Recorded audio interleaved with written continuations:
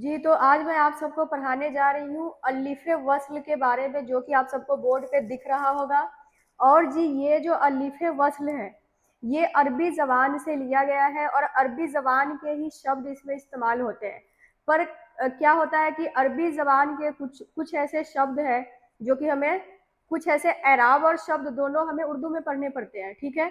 तो इसके लिए अरबी ज़बान, और वैसे भी उर्दू ज़बान जो है ज़बानों का मजमुआ है, ढेर है, खिचड़ी है, सभी ज़बान में से इसमें लफ्ज़ लिए गए हैं, या तो पंजाबी हो, हिंदी हो, इंग्लिश हो, उर्दू हो, फारसी और अरबी, ठीक है? ये सारे ज़बानों का खिचड़ी है, मिक्स है, इसमें सभी ज़बानों से लफ्ज़ लिए जाते हैं, ठीक?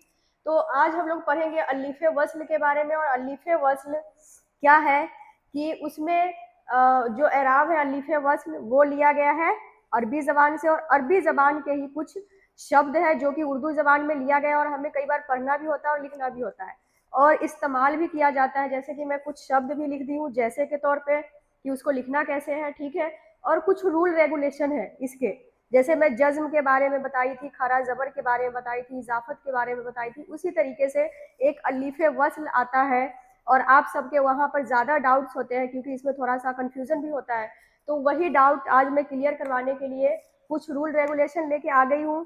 और एक बात और, वीडियो को आपने लास्ट तक देखना है क्योंकि और भी थोड़ी सी जानकारी है जो कि आपको बाद में दी जाएगी। पहले क्या है कि पहला जो अपना रूल नंबर 1 है वो मैं करवा दी हूँ, फिर 2 करवाऊंगी, फिर मश्क करवाऊंगी, प्रैक्टिस, ठीक?